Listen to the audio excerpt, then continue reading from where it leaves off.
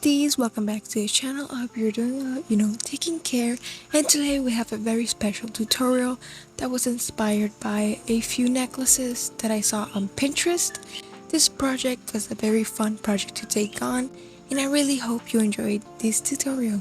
The materials that you're going to need for this project is a chain of your choice. I say of your choice because the thickness depends, some pearl beads, and you're gonna need some cord to string those pearl beads, obviously. Also, you need a couple of findings such as a lobster clasp, some jump rings, a crimp bead, and these are optional, but you can always use crimp covers. Also, very importantly, don't forget your ruler, some crimp pliers and cutters, and your typical pliers. So let's get started. First, you're going to want to start off by cutting the length of your choice of your chain. If you want this to be a choker or a longer necklace, in this case this project is going to be a choker because that is my preferred length for necklaces. You can use a ruler to reference the length. That is exactly what I did.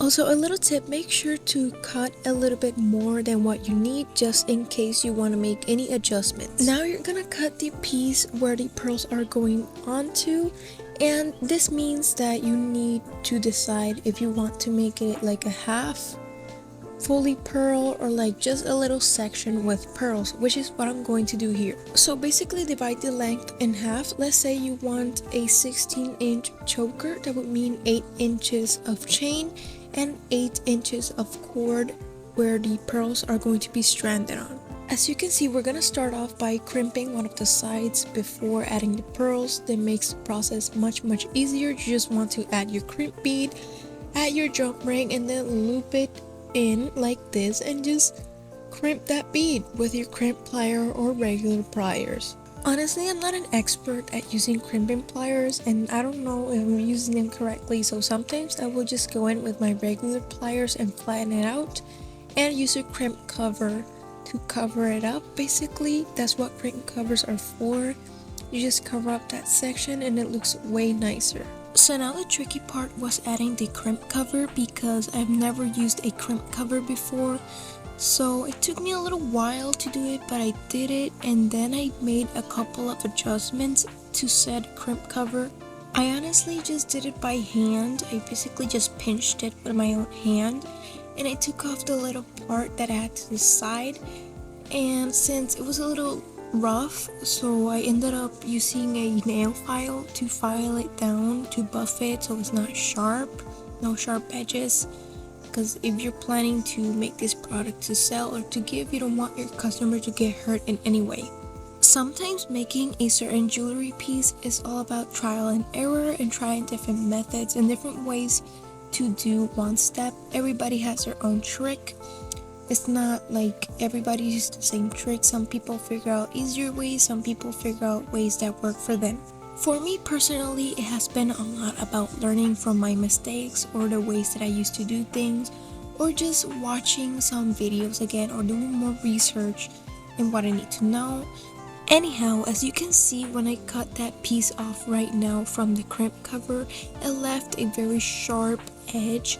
And I did not want that because if I'm gonna wear it, like, it's just gonna scratch my neck and create some rashes or just hurt, and we don't want that. So I just used a regular old nail file because I couldn't think of anything else.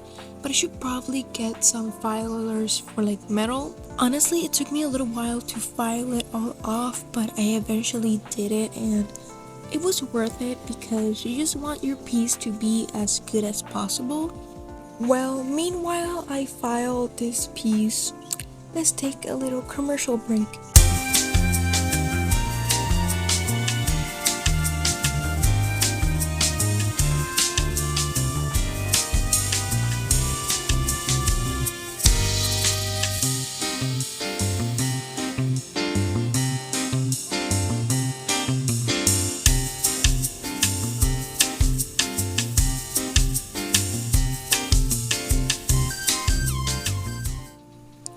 Back. So basically now you're gonna want to cut off the excess of cord that's left over. Make sure no piece is left out that's not gonna cut or scratch your neck. After doing that, you're going to start adding your pearl beads. Add them as many as you need and add the pattern and the beads of your choosing.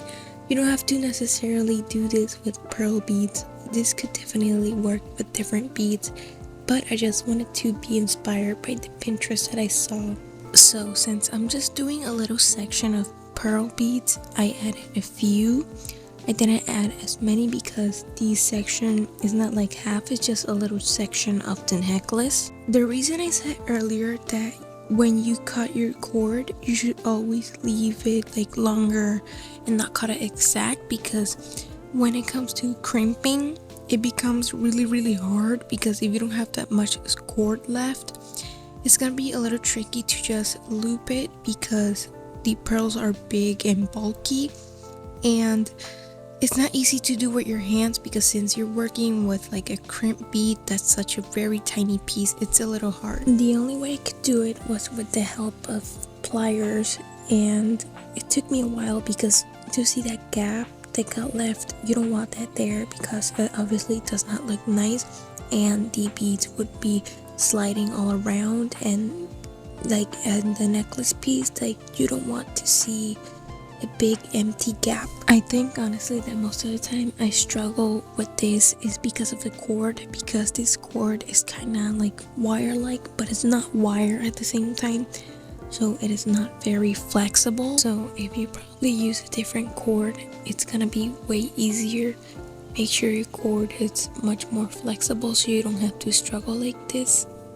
So as you can see here, it took quite a few minutes to get it done. So in my opinion, this is one of the hardest steps in the whole project, because the rest is just attaching the pieces all together, which is super easy and simple to do. It takes a while because you have to do this step 2 times in both ends of your strand of pearls, and I would be following the exact same steps and doing adjustments. Pliers help very much with this part if your cord is not that flexible. As you can see, pliers are literally like what saved my life. After getting one side done, I did the other one, but obviously I'm gonna show this a little faster. In real time, it took a few minutes per side because I was struggling with crimping and with adding all the parts together. After that, I just added another crimp cover. This step is not necessary, and I did exactly as before. I took that little pesky part off and I proceeded to file down the edges that were rough or too sharp. Remember, it's very important that you take your time with these projects. Separate a moment in which you feel relaxed and calm, because if you're trying to desperately get it done, you're just gonna end up being frustrated. It has happened to me before, and it's not a good feeling. So you want to do these type of projects when you're in the right state of mind and in the right mood. Being in a bad mood while doing these projects, I do not recommend it, because your emotions are honestly like going to be all over the place, and if you're like me, you're gonna get annoyed when you make a mistake. In my personal experience, I cannot do things right when I'm not in the right mood. I have to take a moment, breathe, calm down, take a warm shower, do the things that work for me, that help me relax. Moving on, we're down to the last part because we already attached the jump rings and everything. Now it's attaching each side together. You can attach it like this using a jump ring, or you can attach it directly, using the cord. Now just open a jump ring, add your clasp. Remember, this is a lobster clasp. Add it to one of the sides, whichever side you prefer, it doesn't matter, and you just attach it to the chain.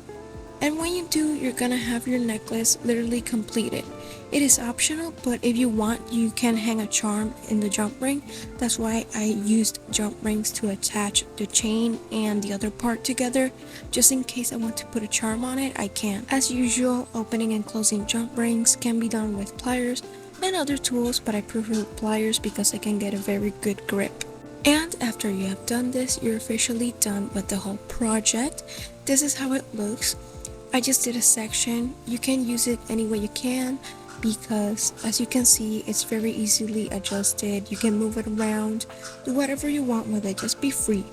I also just wanted to take a moment to show the charm that I was gonna add, but when I finished the project, I realized that the charm was not gonna look good, but it's optional. You can add a charm to yours if you want, but personally for me, I'm gonna leave it like this. I think it looks very cool, very different and stylish, and it is something that you don't see typically people wearing. So you will surely get a lot of stares and a lot of people asking where you got this beautiful piece, and you can proudly tell them that you made it yourself.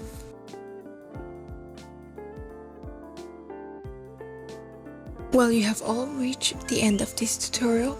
Thank you once again for watching and supporting the channel.